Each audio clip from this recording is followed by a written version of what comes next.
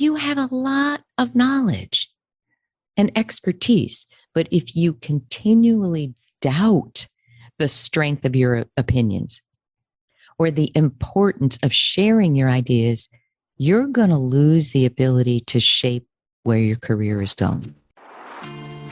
Hello, everyone. This is Kathy Caprino, and welcome to my podcast, Finding Brave. I've created this show for everyone who longs to create something bold and brave in their life, to rise up, speak up, and stand up for who they are, and to reach their highest and biggest visions.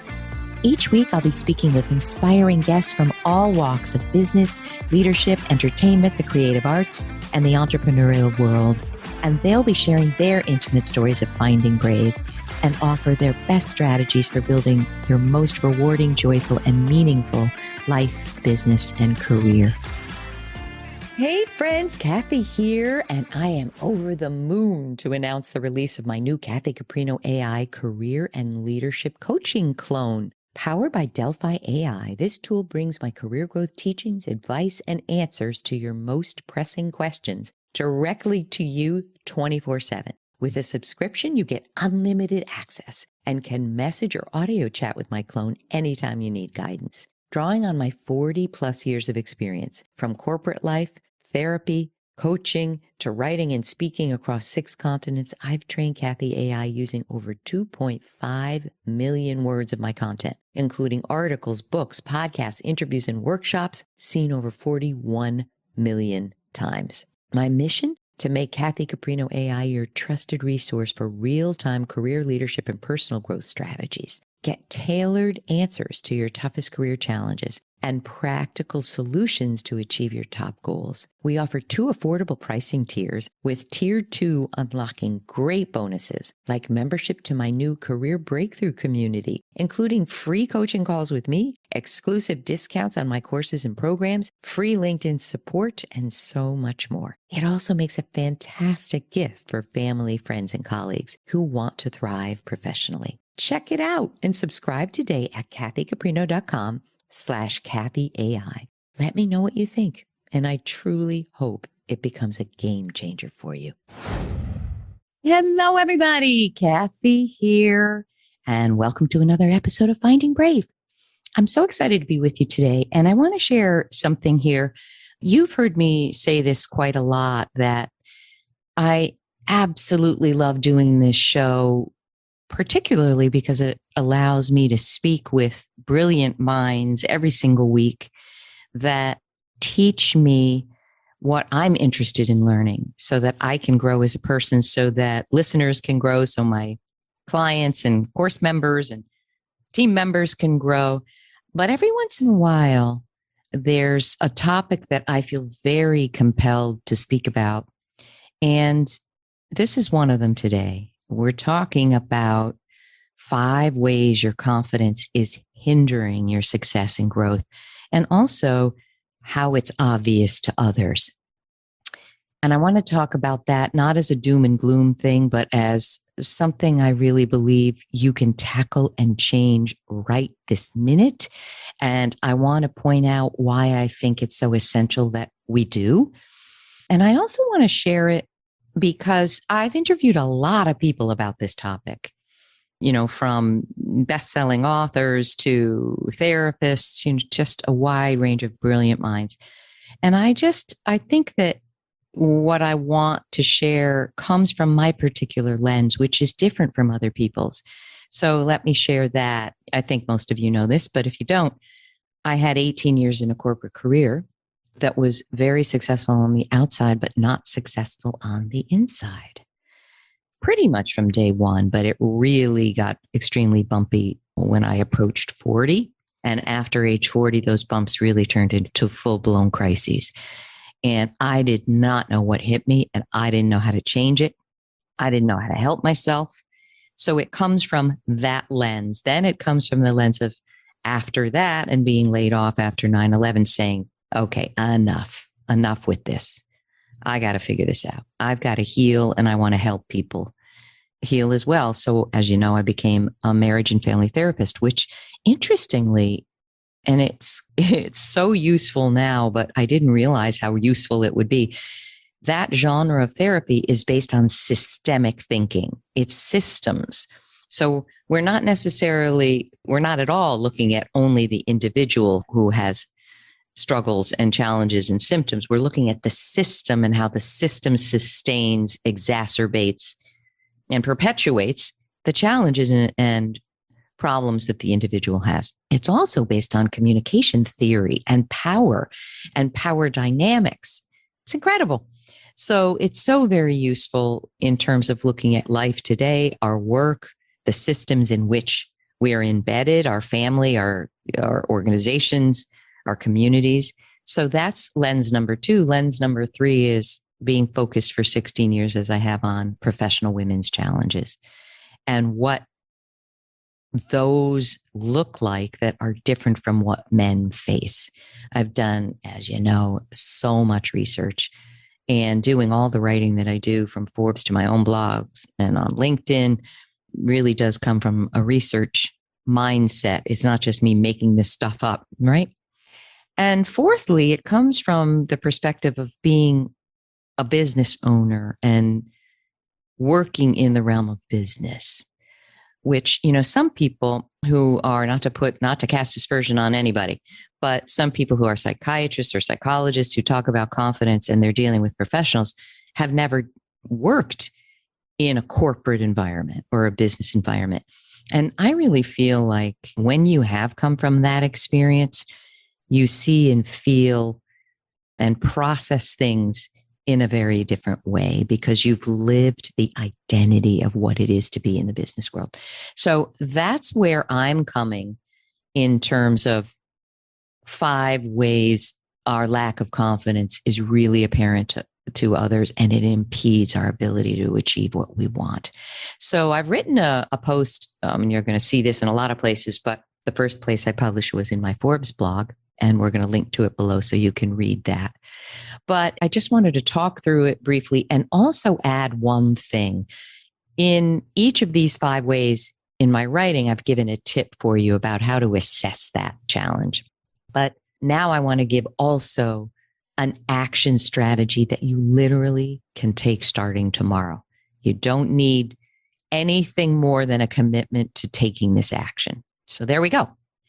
Here are the 5 ways that your lack of confidence is most likely apparent to those around you, and it's hurting you. It's keeping you from growth. It's keeping you from what you want, right? So the first is you question your own ideas, thoughts, and opinions, and you hesitate to share them openly. So we can guess how damaging this can be, but let me just hit home. All of you listening have opinions, have views, have ideas, and they've come from hard-earned work. Most of you are not just making this stuff up. You've been working a long time, and you've vetted your ideas, and you've seen things work and seen things not work.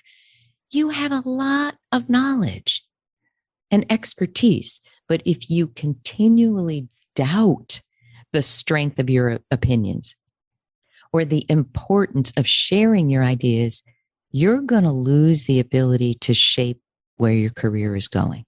And you're going to lose the ability to choose roles and directions that feel right because you really don't feel you have a foundation of strength when it comes to your ideas, opinions, and views.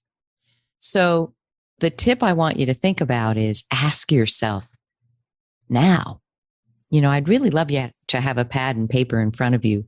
Once this is done, I'm going to make it as brief as possible so you can get to work on this, that you take notes, that you journal about this, that you really take some time to think about it.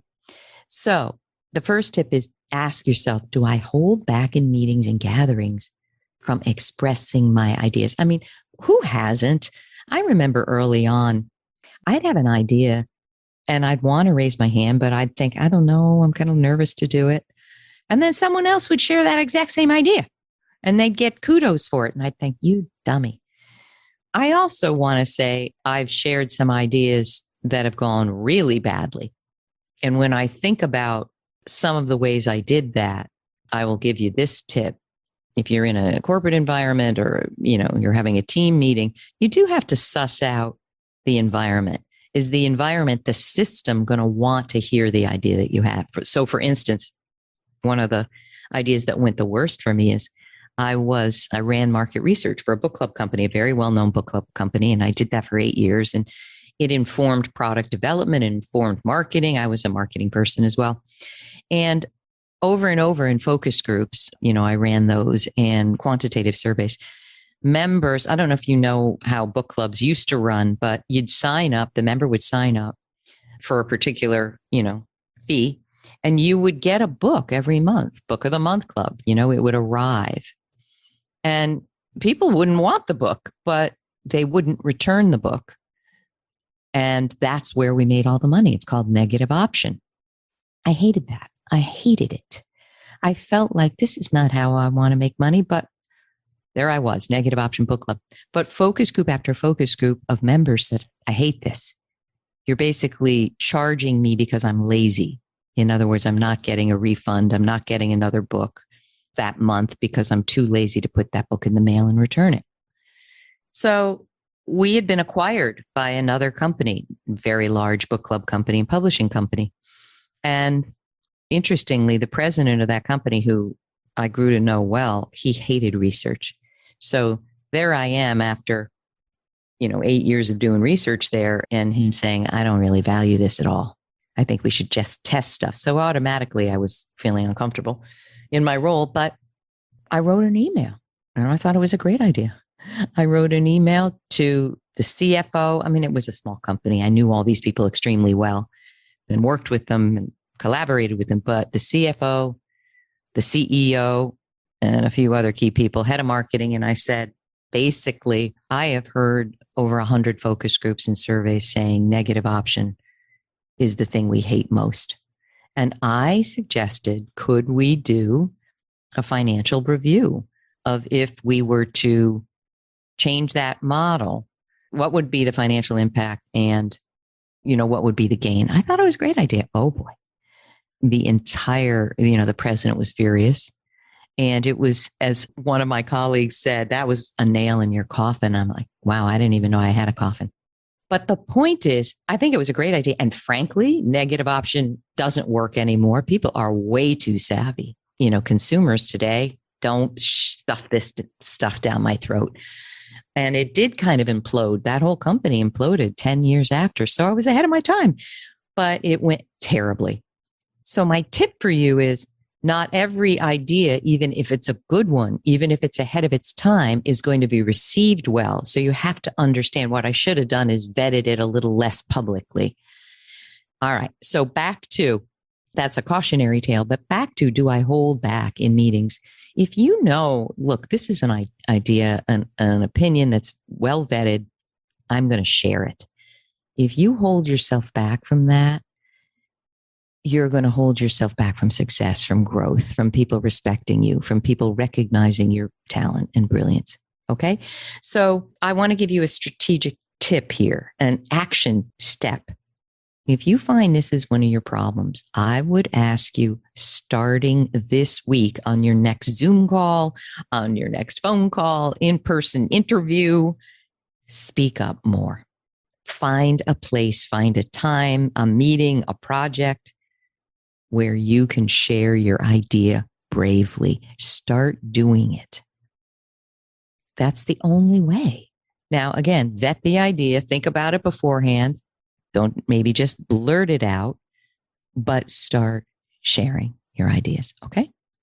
All right. Number 2 way that your lack of confidence is holding you back. You agonize over whether you are succeeding in your leadership, performance, presentations, and projects. I see this, so I've worked with thousands of professionals across 6 continents. I do want to say this too. I've written a book, The Most Powerful You, about the 7 most damaging power gaps that 98% of professional women face and 90% of men.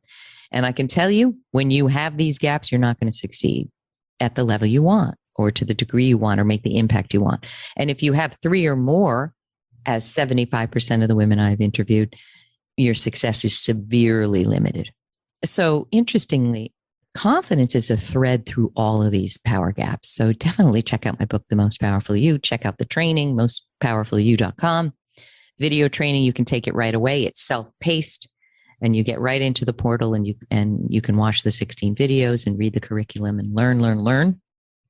But in this case, agonizing over whether you are successful or succeeding in other people's eyes. I hear this so much, and I hear it many different ways, not only from new managers. I have a few right now, clients who are new managers and they've never managed managers before. And, it's an insecure feeling because they're not sure they have the ability or even know what to prioritize. But I've heard this problem even with mid to high level people. I've worked with very high level people. I've worked with people with millions of dollars and who impact millions of dollars of client development, business development, products. So if you feel deeply insecure about your performance, so for instance, ask yourself, do I obsess about how I did in my presentation and I can't get it out of my mind? Or let's say it all went well, but you said one thing that maybe didn't land well. You just obsess about it and rolls over and over and over and over. And when that happens, it's serving to keep you feeling insecure. You're obsessing about it and you're exacerbating the impact of it. So ask yourself, do you go over and over in your head the small details that you felt you didn't handle well enough? So what I'd ask you to do is right now, get some outside help if you can't stop obsessing. But this didn't happen overnight. Ask yourself, how old is this issue? Right?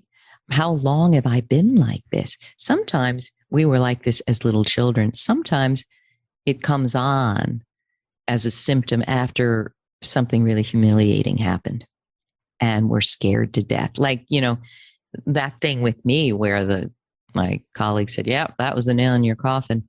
That messed with my mind for a long time. I really lost confidence, even though for many years I was very successful in that role. So sometimes it's trauma that makes you obsess. Oh, did I get it right? Do they like me? But either way, if it's something traumatic that happened a year ago, or it's the way you have been, and typically, I've worked with some pessimistic people, and pessimism and optimism are traits that research shows they start to be evident very early on, even as early as age 4 and 5. If you've been a pessimistic person, and that's not the same as what I'm talking about, but if you tend to really obsess that you didn't handle things well enough, often that's deep insecurity, and that started when you were young. I would say get some outside help. That can be a great therapist. I happen to love marriage and family therapists, even though, let's say you have a business challenge, a business problem, or a professional problem. Marriage and family therapists, again, look at the system. How were you raised? What's going on in your company? What's going on in your relationships? And it's so effective. I would look to perhaps seek marriage and family therapy help, and you can find a great therapist at aamft.org, American Association of Marriage and Family Therapy.org, I believe, but it's aamft.org. You can also work with a coach. Now, most coaches aren't trained therapeutically, and you're not going to do therapy in coaching, most likely, but some coaches really have great training on how to help you look at your thought processes, your mindset, your habit of obsessive thinking, and when does it get exacerbated and when do you feel you don't have it so much. Greater awareness equals greater choice. And it's really important that you get to the bottom of that. All right. Number 3 way that your confidence is obvious to others and it's hurting you is that you're hypercritical of others. So let me share about this. In my time as a therapist, I saw that how we view and talk about other people is 100% a direct reflection of the way you feel about yourself. Another way to look at this is kind, loving, and generous people are usually the same way to themselves. They're accepting, They're forgiving of themselves. Those feelings inevitably that you have of yourself inevitably flow over into the interactions of others and the perceptions you have of others. On the other hand, if you're relentlessly hard on yourself, it's going to be pretty impossible for you not to feel that way about other people. So ask yourself, am I very critical of others? And do I easily find fault in people or find them lacking? Am I angry at people a lot and feel they don't live up to my expectations? You know, this was so me. When I was younger, I'd be like, I'm so nice. Why are people so mean? Why are people so cruel? Well, I was attracting that. You know, if everybody around you is cruel and disrespecting, you've got to look, you're the common denominator. You know, what consistently repeats is not random. And I've said this before, we co-create, we co-sustain, and we attract behavior. And, you know, now after I've done all this work, all these many years, I do not feel like that at all. The people in my sphere are kind and generous and loving and so helpful and spiritual. And I think a good part of that is, you know, I've healed being so terribly hard on myself. So are you also, here's another way to tell, there's a type of behavior I've called or termed perfectionistic overfunctioning. And every time I say this to a client, are you a perfectionistic overfunctioner? They laugh. They know exactly what it is. And the answer is yes. So many high achieving people, in fact, are perfectionistic overfunctioners. We'll link to an article below that helps you define it and recognize it. But basically, it's doing more than is healthy, appropriate, and necessary. But on top of that, you're trying to get an A+ in all of it. It's not possible. And why do we need to get an A+ in everything? I mean, I learned that as a parent. Not everything that you're doing as a parent needs to be an A+. I mean, let me give you an example. One I've written about when my kids were little, you know, there were, boy, when you could do this now, because of so many food allergies, we can't often bring in food for parties, birthday parties. But when my daughter was little, I wanted to, you know, make cupcakes by scratch and decorate them together. And that week of her birthday, I was traveling. It was, you know, I can't swear here. Maybe I can. It was an S show, if you will. It was a mess. And I felt like the worst mother in the world. She's not going to have homemade cupcakes.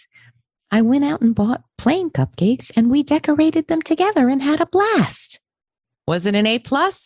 Who cares? We had a blast. They were delicious. And the kids in the class loved them. So you get the idea.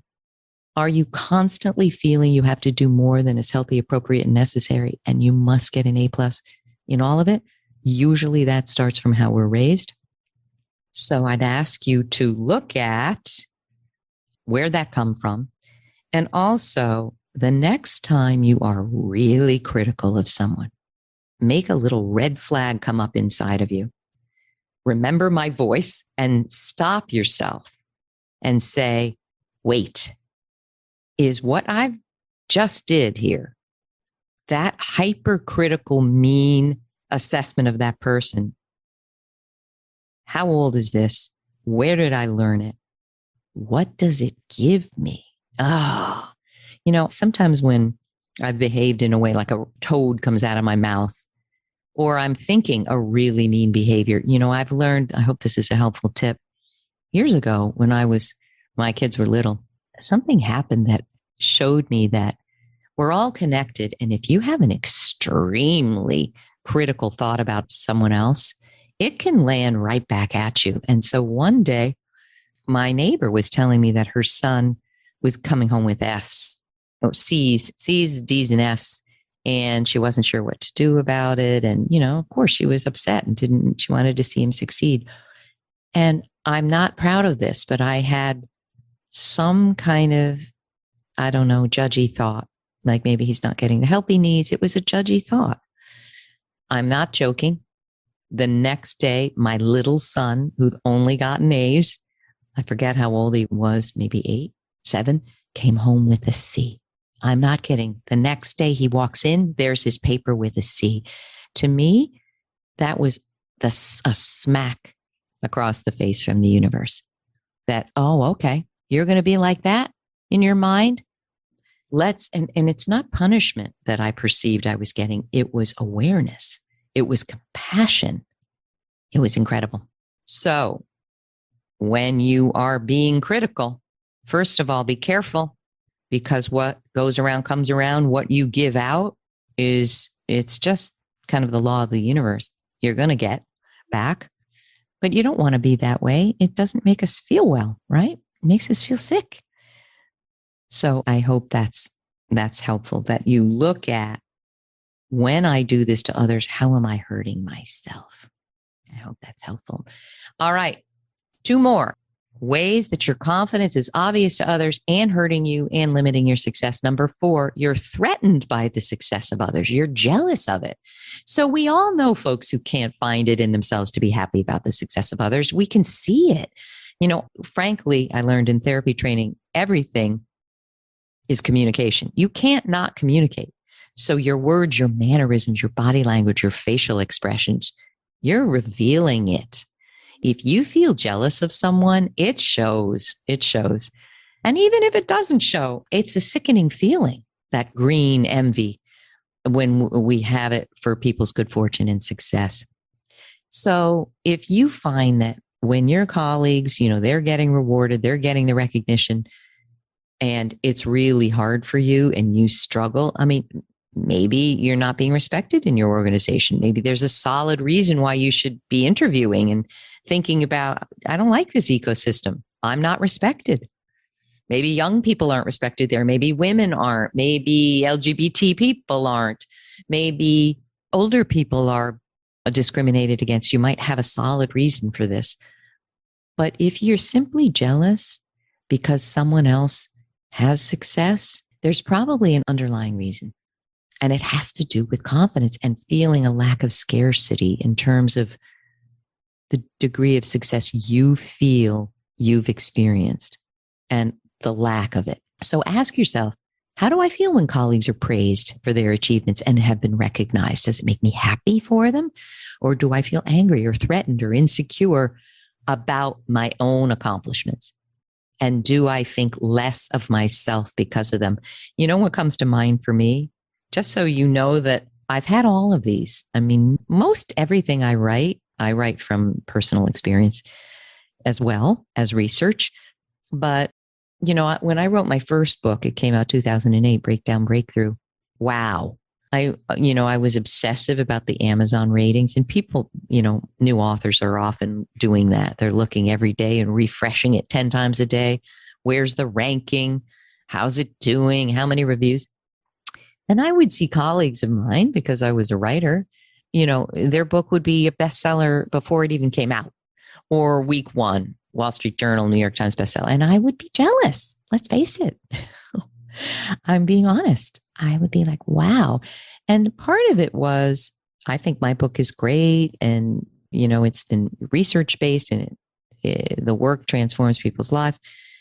But I think also there was a lack of confidence there, that I wanted to see those vanity metrics. I wanted proof that it was great. With the second book, not that I've never had a second about that, but with The Most Powerful You, I have a completely different relationship to other people's success vis-a-vis my own.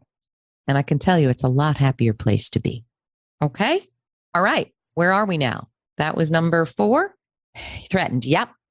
And did I give you the tip? Jealousy and being threatened by others, it often stems from an intractable sense that you're not enough. And also that you're not taking accountability for what you want to change.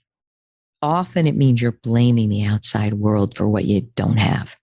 So the strategy I'd ask you to take is, what if you took accountability right now for everything that you have?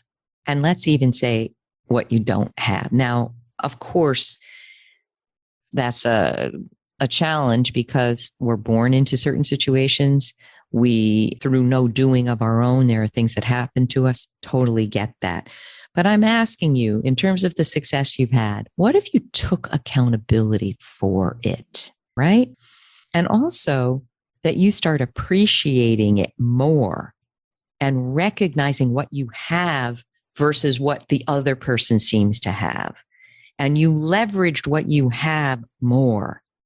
And you decided to change what isn't working more. I think that you would find that that feeling of envy will dissipate. I interviewed Gretchen Rubin, the happiness author, years ago, and she said the story is that she had studied law and she had graduated from an Ivy League, and she would get the school's, alumni newsletter. And she would look at what her colleagues, other graduates, were doing. And if it were law or other fields, she didn't really care. But if someone was an author, a writer, she'd be green with envy. And what she realized is, that's what I want to be. So let's do it. And look how well she's done it. So I would suggest that you look at doing something when you feel jealousy of others. Look at what it really means and then do something concrete. Finally, the fifth way your confidence is obvious to others and hurting you, you fail to recognize and articulate clearly what you are good at and the talents you have. So this one falls smack into the power gap, the 7 power gap methodology. And it is power gap number 1, not recognizing your special talents, abilities, and gifts. 66% of the women I've surveyed are facing this gap, 66%. And the problem is, if you don't recognize what you're good at, then you can't talk about what you're good at. And if you can't talk about it and share it and put it on LinkedIn and put it in your resume and discuss it in your interviews and talk to your boss about it, you are leaving so much success, money, reward, advancement on the table. Right? But what's interesting is, there are reasons we don't recognize. Number 1, what comes very easily to you, often you can't recognize that as a skill or a talent. Like, I love to be on stage talking to 500 people. I didn't realize till way into the game that, singing in front of people and speaking in front of people, most people want to pass out and they can't imagine doing it. It makes them too afraid. Well, if it's easy for you, you don't realize what a skill it is, right? Number 2, I think that women in particular, they're so afraid of someone saying, no, you're not good at that, of someone debunking them, debunking their skills, throwing them off, saying, oh, you're not so hot at that, that they are desperate not to sound like a braggart. Boy, if this were something I could change overnight with my words, it would change the world. It's not bragging to talk about what you're good at and the outcomes that you've created that have made a difference, right? So you have to be able to articulate those. And again, if you don't know, it's really going to hold you back. And it's going to hold you back from doing work you love, because you might think, and I've seen people advise this, just do what you're good at. No, I have skills that I hate using. No, it's not just what you're good at. It's also what comes easy to you and what you enjoy. That's what you want to build a career out of. Okay. So it is really, really time to get clear, close this power gap. Number 1, get clear on what you're great at and start leveraging that. Okay. So let me give you one quick tip on that. I have a TEDx talk, Time to Brave Up. And it talks about, this was before I named the power gaps. I think it was 2016. Now I have a whole framework around it and a whole book chapter on it, chapter number 1 in The Most Powerful You. But I'd ask you to watch that TEDx talk. And what it shares is the idea of sitting down this weekend with a pad and paper and writing out the 20 facts of you. Irrefutable accomplishments and achievements and things you've done that you're most proud of. I don't care if it came from age 8 to 10 to 12 to 21. What are the things you're most proud of that you have done? They're irrefutable. They're facts. So for instance, I had an 18-year high-level corporate career. Nobody can take that from me. I did that, vice president. Then I got a master's in marriage and family therapy and became a therapist for 5 years. That's just a fact. And then you want to talk about, well, how has that shaped you? How has that changed you? And who cares? Right. Number 3 for me is I've studied women's challenges for 16 years and researched it in 52 different ways. Not a lot of people can say they've done it in the same way with the same lens, right? And for me, the 4th would be I have a business. I'm in the business world. And boy, does that stretch you. So I'm not advising people about business issues when I don't have any idea about business. Those are facts. I want you to come up with 20 facts and then start leveraging them. All right, that's it. Now, I want to leave you with this because I think it's brilliant. I interviewed Dr. Nate Zinsser on this podcast, and we're going to link to it below. He is a top performance expert, and he's the director of the performance psychology program at the U.S. Military Academy at West Point. Plus, he's worked with top professionals and athletes all around confidence. And this is what he says. Real confidence is a quiet sense of certainty about oneself and one's abilities, a sense of certainty that allows you to simply do what you are capable of doing without thinking about how you do it.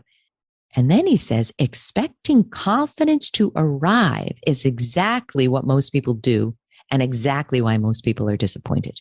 He says, I'm routinely amused and amazed by the number of people who admit that confidence is very important to their personal and professional success, but then they admit that they do nothing to build it up or ensure that they have it when they need it. And he finally says in our interview, what they need to do is work on their confidence in the same way they work on all the other important attributes, putting time and energy into building confidence just as they put time and energy into building their physical fitness or their professional skill sets. He ends this by saying, fortunately, the time and effort needed to develop confidence is rather small, but pays huge dividends. So check out that interview with him. It's so inspiring. And I hope this moves you forward. You know, if I could jump in there, in your minds, in your hearts, in your souls, and help you see what I see about the amazingness of you, I don't think you'd struggle so much with confidence. You just don't see it. So ask other people what they see in you. Ask your friends, ask your family, ask the people at work who love you. What do you see in me as my top skills and talents? You know what? Or let's say a friend, you know, what do you see in me that makes you enjoy a friendship with me? Ask. And then you've got to let it in. For a lot of people, if they get a compliment, they deflect it because they feel too unworthy of it. So the takeaway here is please feel worthy of knowing that you are important and valuable and the world needs your talents and you have great talents. Finally, download my career path assessment, self-assessment. We'll link to it. Take it. It's 11 pages of questions I wish someone had asked me 40 years ago. And if I had answered these questions, honestly, I don't think I would have made a lot of the mistakes I made. I would have believed in myself. I would have believed in my talents. Take it and see what you learn from it. If you feel you haven't learned anything, you might want a session with me. Then I'd be happy to work on a career breakthrough 6-session program with you. That's my favorite program that creates real breakthrough. And we'll link to that below. All right, everybody, I'd love to hear what you think. I'd love to know if this is a confidence booster for you. And please take the steps I'm suggesting and let me know how it goes. All right, everyone. Thank you so much. And have a wonderful week, and we'll see you next time. Bye-bye. Hello, Kathy here, and thanks so much for tuning into today's episode. One quick thing I'd love to share before you go is about my new digital training program for organizations and professionals called The Most Powerful You, which is the companion to my book, The Most Powerful You, 7 Bravery Boosting Paths to Career Bliss. I'm so thrilled that recently an international division of the United Nations brought in the Most Powerful You program as a training tool for members of their staff. And I'm speaking with other global organizations right now to do the same. This program brings to organizations real-world transformative training for leaders, teams, and professionals to help them thrive at the highest level in their work and projects. So here's my ask. Please take a look at what I'm training in the Most Powerful You, and you can find that at mostpowerfulyou.com. And if you feel the content would be instrumental for you and your team, I hope you'll ask your leaders and DEI managers to bring in this training program to your company. It's truly transformational for work cultures everywhere, and it generates amazing results. Thanks so much, and here's to you becoming the most powerful you. Thanks so much for joining us today, and please don't forget to check out findingbrave.org for more programs, resources, and tips. And tune in next time for your weekly dose of Finding Brave.